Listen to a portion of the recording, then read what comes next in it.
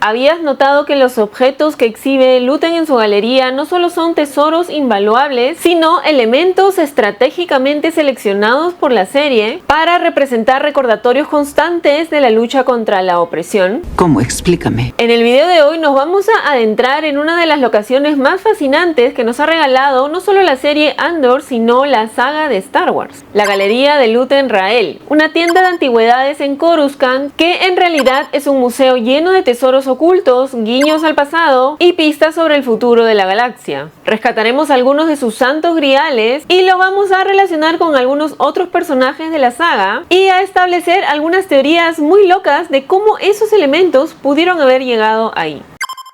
Andor ha logrado destacarse del resto de las series de Star Wars y gran parte de ese mérito se lo lleva gracias al tono crudo y realista que rodea la trama. A diferencia de series como Obi-Wan o El Mandaloriano, Andor apostó por una narrativa más contenida, evitando sobrecargar la historia con personajes o planetas conocidos. Dentro de este contexto nos ofrecen también nuevos ambientes y locaciones. Y en el episodio 4 de la primera temporada no solo conocemos las dos caras de Luthen Rael, sino que también se nos revela que su tienda, además de ser el punto de encuentro secreto y perfecto con Mon Mothma, es un museo lleno de reliquias de la galaxia que tienen un trasfondo importante en cada una de ellas.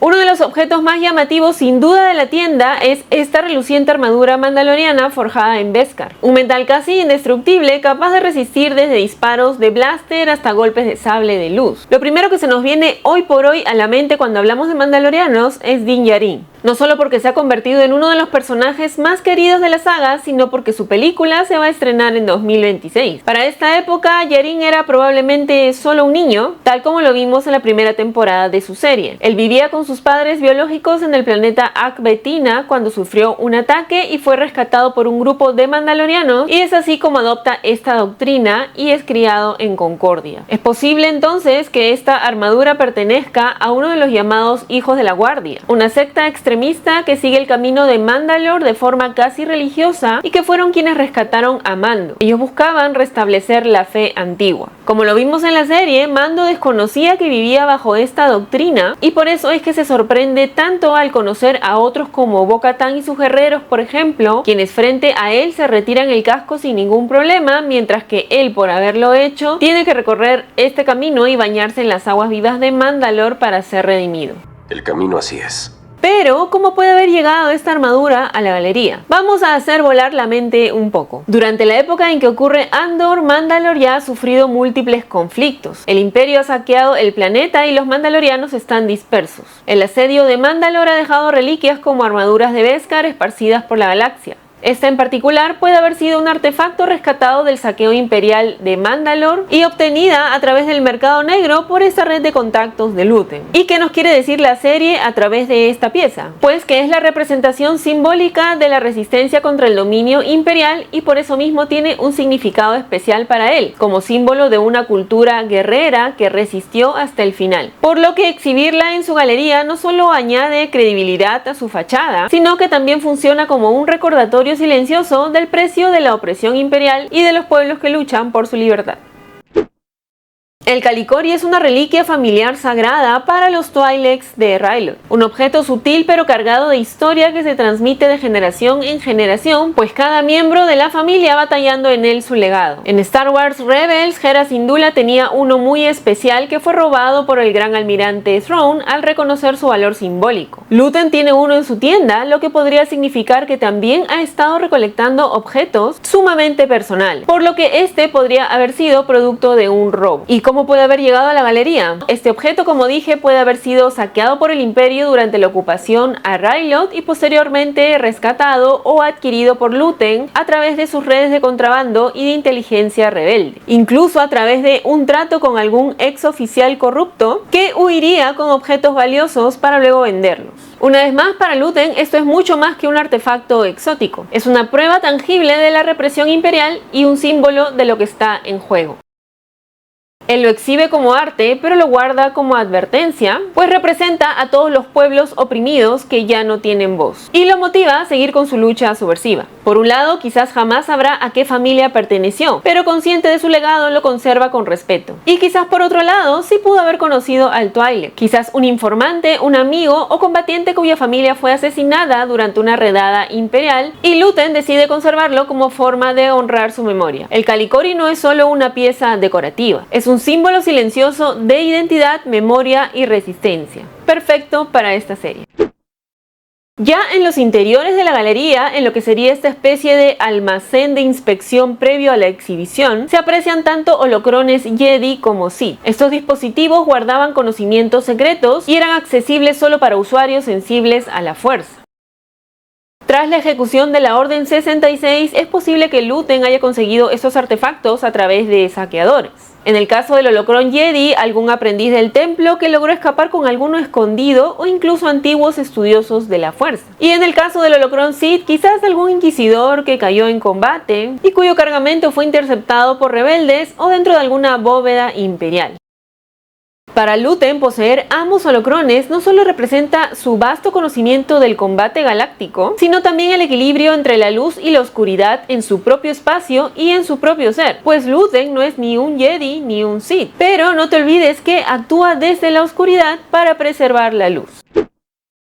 Dos piedras llamaron fuertemente nuestra atención, pues sí que nos hicieron recordar al mural de Mortis, vinculado al siempre enigmático mundo entre mundos. Esta dimensión conectada con todos los puntos del tiempo y espacio que nos presentaron en Rebel, en aquel momento en que Ezra Bridger logró salvar a Ahsoka del enfrentamiento fatal con Vader y que luego volviéramos a ver en su serie live action. El mural de Mortis en sí representa al padre, a la hija y al hijo, que son a su vez las personificaciones de los aspectos de la fuerza: equilibrio, luz y oscuridad. Este se encontraba en un antiguo templo en Lothal, tal como lo vimos en la serie animada. Por tanto, sigo pensando que no fue una casualidad que esta nueva locación escogida llamada Mina Rao se pareciera tanto a este planeta. Y ahora vamos a empezar a imaginar. Durante la caída de la Orden Jedi, algunos templos ocultos son saqueados o abandonados. Allí, arqueólogos o ex-Jedi sensibles a lo oculto logran rescatar artefactos, relieves, réplicas o incluso copias en piedra del mural que terminan flotando en el mercado negro. Luthen no tiene acceso a la dimensión en sí, pero ha conseguido estas piezas decorativas que contienen símbolos del lugar, porque de hecho durante la serie nunca se nos confirma si son originales o no. Por lo que podríamos teorizar que se trata de copias de los relieves antiguos hechas por artistas antes de que fueran destruidas. Y si fuera el caso, él, sabiendo que son falsificaciones, pudo haberlas colocado intencionalmente para atraer visitantes sensibles a la fuerza como una especie de anzuelo. Si alguien los reconoce y reacciona de manera particular, pues él o Cleia sabrán que tienen ante ellos a alguien muy valioso o peligroso. Ahora, de ser reales, sabemos que Luthen tiene amigos en todas partes, por lo que las pudo haber obtenido a través de algún contacto ex-Jedi, contrabando arqueológico en planetas remotos como Jedha, Ossus o incluso Lothal, o a través de una sencilla subasta imperial. Acuérdate que todas estas son solamente teorías locas. Pero la realidad es que, sean originales o no, lo más importante es que los símbolos del mundo entre mundos reflejan una obsesión con la posibilidad de alterar o escapar del destino, tal como lo vimos en Rebel. Luthen, atrapado de una lucha en la que sabe que no va a sobrevivir, quizás sueña con la posibilidad de controlar el tiempo o su mismo destino. Pero la serie incluso nos ha regalado importantes referencias a videojuegos. Una de ellas es esta armadura negra que parece sacada de una pesadilla y la cual reconocemos como la Sith Stalker Armor, que aparece en un final alternativo del videojuego The Force Unleashed. En esta línea de tiempo, Galen Marek Starkiller, el aprendiz secreto de Darth Vader, elimina a su maestro y se convierte en el agente letal de Palpatine. Aunque este personaje no es oficialmente canon, Andor nos da una puerta sutil para reinterpretarlo como un mito o una leyenda oscura entre algunos informantes sensibles a la fuerza. Pero su armadura, el símbolo de lo que alguna vez fue, está ahí. ¿Cómo puede haber llegado este elemento a la galería? Vamos a suponer que al igual que en el juego, la armadura perteneció a un ex aprendiz de Darth Vader durante los primeros años del Imperio. Su existencia fue borrada del registro, pero su leyenda sobrevivió en sus restos. Luthen, tras un operativo rebelde que asaltó algún puesto imperial o producto del contrabando de algún inquisidor caído, pudo haberse hecho de ella. Luthen no es sensible a la fuerza, pero comprende el lenguaje del poder. La armadura, si bien es un elemento sumamente atractivo para su galería, no está ahí solo por su estética. Es una advertencia sobre lo que el Imperio está dispuesto a crear para mantener su dominio, y a su vez la armadura podría representar aquella forma en la que Luthen teme volverse.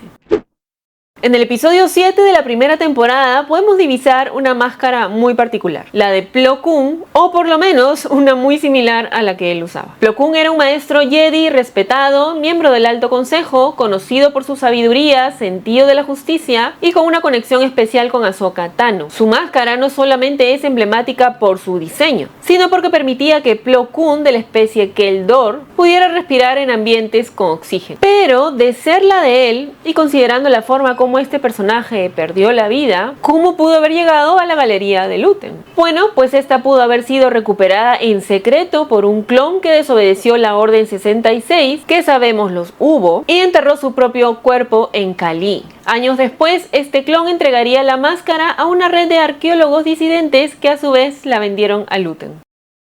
Ver la máscara de Plo Koon en la galería de Luthen representa una era extinta. El recuerdo de un mártir silencioso que era respetado incluso por clones, pero sobre todo un recordatorio del alto precio que puede llegar a ser la lealtad ciega a un sistema sin una observación constante. Otra máscara muy familiar para muchos fue la del guardia del templo Jedi. Estos enigmáticos guerreros protegían el templo y llevaban a cabo juicio. Era una élite entre los Jedi, custodios del conocimiento, protectores del templo y de sus secretos más profundos. Usaban sables de luz de doble hoja amarilla y llevaban máscaras doradas sin rostro, que simbolizaban su anonimato y su compromiso con la orden y no con egos individuales. Y si ponemos a trabajar la imaginación, podríamos decir que esta máscara pudo haber sido recuperada por un bibliotecario Jedi sobreviviente del asalto al templo. Él la ocultó en las ruinas de Ozu. Tiempo después, una arqueóloga sensible a la fuerza la encontró y se la vendió a Luthen. ¿Y qué es lo que la serie nos quiere decir a través de ella? Pues una representación del compromiso silencioso con la causa y vigilancia eterna ante la corrupción. Porque quizás esta máscara o alguno de los otros artículos ni siquiera está en venta, sino que es un elemento de perenne observación, el eterno guardián de la galería. En el episodio Una sola salida vemos a Luthen puliendo lo que sería un tocado real. El mismo tipo que usaba Padmé Amidala. Las vestimentas de la reina eran símbolo de su cargo, por lo que este objeto no solo es una pieza histórica, sino también profundamente emocional, considerando que Padmé fue la madre de Luke y Leia. Bueno, podríamos decir que una de las mujeres que trabajaba cerca de ella, profundamente afectada por su muerte y por las señales de que algo oscuro había ocurrido, rescata varios objetos personales antes de que los soldados de Palpatine lleguen a requisarlos. Uno de ellos es el tocado real de ceremonia, cuidadosamente guardado en un contenedor ceremonial Naboo. Ella lo mantuvo protegido durante años, hasta que en algún punto, quizás por la necesidad de recursos económicos, lo transó en el mercado negro, llegando a manos de Luthen, quizás a través de alguna de estas ferias que él solía visitar. Este tocado en su galería es un símbolo silencioso de un senado caído y de lo que la rebelión debería restaurar: la dignidad, la identidad y por sobre todas las cosas, la verdad. Luthen, al recibir el tocado, no solo lo exhibe como reliquia, sino como recordatorio personal de por qué hace lo que hace. Representa a una figura que quiso paz y terminó traicionada por quienes la rodeaban, además de una advertencia visual de cómo este imperio nació entre aplausos y vestidos de gala. Pero no todas son referencias a Star Wars. Dentro de la galería de Luthen también podemos ver el látigo de Indiana Jones encerrado en carbonita y las piedras de Sankara, dos guiños increíbles que conectan así los dos mayores éxitos de Lucasfilm. Yo sé que estos elementos no tienen nada que ver con la saga de Star Wars, por lo que vamos a jugar un poquito con las posibilidades de cómo así pudieron haber llegado a la galería de Luthen en Coruscant. Vamos a decir que Luthen, además de espía rebelde, era coleccionista, como ya sabes, pero también amante y estudioso de la fuerza. Incluso aquellas formas de la fuerza que habrían llegado de otros planos o dimensiones paralelas. Recuerda que existe el mundo entre mundos, así que esto tampoco es tan descabellado. El látigo y las piedras de Sankara serían vestigios arqueológicos traídos de un antiguo culto extradimensional y que serían clasificados por los expertos como objetos de una galaxia ancestral. Y así como vimos en la más reciente entrega de Indiana Jones que Indy viaja al pasado y conoce al mismísimo Arquímedes, pues, ¿por qué no? Quizás usando su propia tecnología y utilizando algunos ecos del concepto de mundo entre mundos, como te comenté antes, Indiana Jones llegó a la realidad de Star Wars en busca de su doppelganger, o sea, Han Solo, le entregó las piedras y él, sabiendo que en su realidad no tendrían mucho valor, terminó vendiéndolas por algo de recursos para poder seguir su camino de bandido.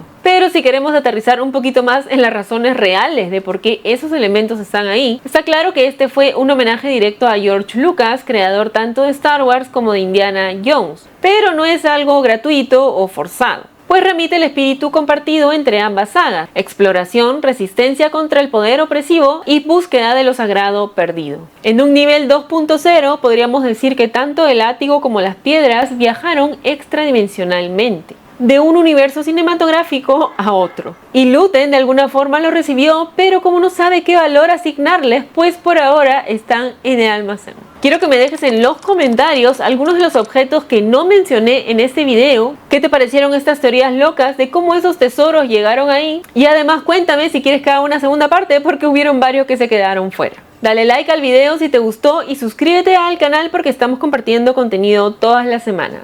Hasta un siguiente video. Hiciste magia.